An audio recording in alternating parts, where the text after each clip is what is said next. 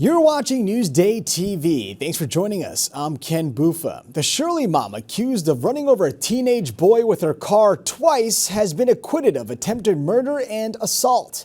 Newsday TV's Steve Langford caught up with her right after the verdict. Not guilty on attempted murder, not guilty on assault, but guilty of leaving the scene of an accident with serious injuries. What went through your head when you heard those words? Not guilty, not once, but twice. Honestly, I don't know. I'm just happy with the outcome. Jennifer Nelson, the Shirley mother, charged with intentionally running over a 15-year-old student near William Floyd High School close to a year ago. I did feel relief because this has been a lot. My son, just everybody involved. It's been a lot. It was October 7, 2022, when Nelson rushed to her teenage son, who she believed had been bullied. Prosecutors alleged Nelson drove through a parking lot and hit 15-year-old Jonathan Gamez, then backed up and pinned the boy under her tires a second time. We're super thankful that the jury listened to everything, and they knew that she had no violent intentions in this case. The 36-year-old says she had been counseled by her attorney not to react when the verdicts were read in court, but she admits her heart was pounding. I was checking my watch as it was telling me that my heart rate was like over 130. Nelson could still face up to 3 years in prison on the guilty verdict of leaving the scene, but her attorney hopes for leniency. It's a nonviolent felony, and given the fact that she has no criminal record, the judge, in his discretion, could sentence her to probation. Suffolk County District Attorney Raymond Tierney, in a statement, said, quote, "We respect the jury's verdict and are gratified that they found the defendant criminally liable for her unconscionable treatment of the victim." Sentencing is set for December 4th. Steve Langford for Newsday TV. Wakes for the two teachers killed in the Farmingdale High School bus crash were held today. Students wearing Farmingdale marching band jackets were hugging each other outside of a Massapequa funeral home. That's where they paid their respects to 43-year-old Gina Pelletieri. The wake for 77-year-old Beatrice Ferrari was held in Farmingdale, and her funeral is tomorrow. Now, students, teachers, and staff across Long Island showed their support by wearing green today, the color of Farmingdale schools. And the driver of the bus has been identified as 59-year-old Lisa Schaefer. We went to the Center Reach woman's house to talk to her, but no one answered the door. The suspected Gilgo Beach killer is scheduled to be in court tomorrow, but there's no word yet on what will be discussed during Rex Heuermann's pretrial hearing. The Massapequa Park man is charged with killing 3 women. The 60-year-old architect is also the prime suspect in a 4th killing. And the state health department is calling for an emergency caretaker to take control of Cold Spring Hills nursing home. Court filings say the conditions at the home are, quote, dangerous to the life, health, and safety of residents. This comes as more than 400 employees are at risk of losing their health care benefits because of lack of payments by the nursing home into the National Benefit Fund. And Nordstrom Rack is coming to Bayshore. It will replace the Staples on Sunrise Highway. This makes the 3rd Nordstrom Rack on the island. All right, let's take a look at your Long Island weather. And thankfully, the wet weather is behind us because tomorrow is going to be mostly sunny with temps in the mid-60s. Thank goodness.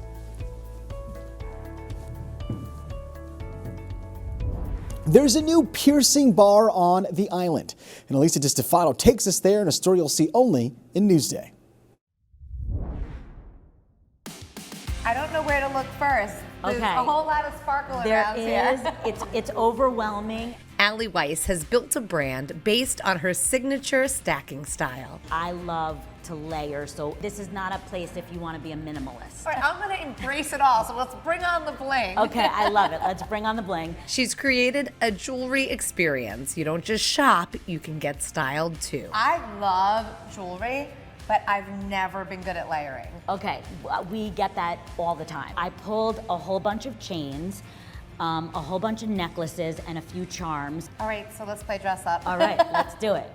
I would start with a top layer that you'll always wear, never take off, and make another layer here. Then we can make a longer layer to hang down. I love the evil eye. Okay, good, love it. I love it all. Wearable, fun jewelry that has meaning, that makes you feel good and tells like your story.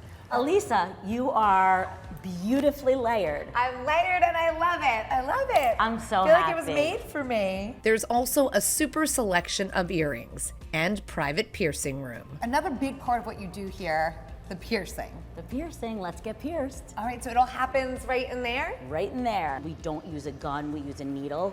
Wow. So there are licensed professional piercers who have been doing this for years, and that is their career. I don't want you walking out of here unless you are so happy, so in love, and that is my main goal. I feel pretty happy. I'm gonna have to put this on my Allie Weiss wish list. We do wish lists. Elisa DiStefano, NewsdayTV. Now, to read more about the new piercing bar, go to Newsday.com. Click Get More below the Newsday TV video box.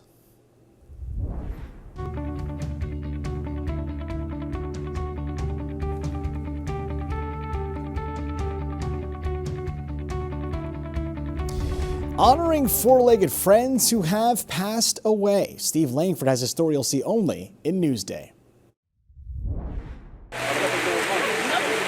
It's raining cats and dogs at National Pet Memorial Day in Wantagh, where there is nary a howl, a growl, or whimper from the crowd of pet mourners.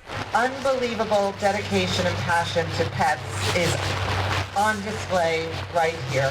The ceremony at the Bidawee Pet Memorial Park, a show of eternal gratitude for unconditional love. It's about coming home to a special being who can hardly contain their excitement when they see us come home. The 107-year-old pet cemetery here has 30,000 plots for a veritable Noah's Ark of the dearly departed. A fish, a snake, a raccoon, a skunk, a tortoise, a lizard, and even an alligator, all of which are buried here in our cemetery. Perhaps best known here, the burial site of Checkers, the Nixon family dog in the 1950s that the then vice presidential candidate evoked in a classic prime-time TV address to help save his place on the ticket with General Eisenhower. 22 years ago, President Nixon's daughter, Julie Eisenhower Nixon, said someday they're going to move Checkers' remains to the grounds of the Nixon Presidential Library in California, where the late president and his wife Pat are buried. But it seems Checkers is still here in Wantagh. Cesar, Fluffy, Bingo, Smokey, Rusty, Pepper, Buttons, and Lucky. We love and miss you very much. The emotional staying power of a beloved pet unmatched in the American psyche. A record number of dedications to mourned animals read here aloud in the pouring rain.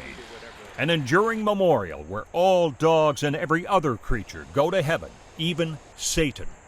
Steve Langford for Newsday TV. That is some name for a pet. Now, to read more about the pet memorials, go to Newsday.com. Click Get More below the Newsday TV video box. I'm telling stories about these professional athletes, but they're still humans. And I think when we tell those stories, it really gives people a different angle into the thing that they watch every single day for fun.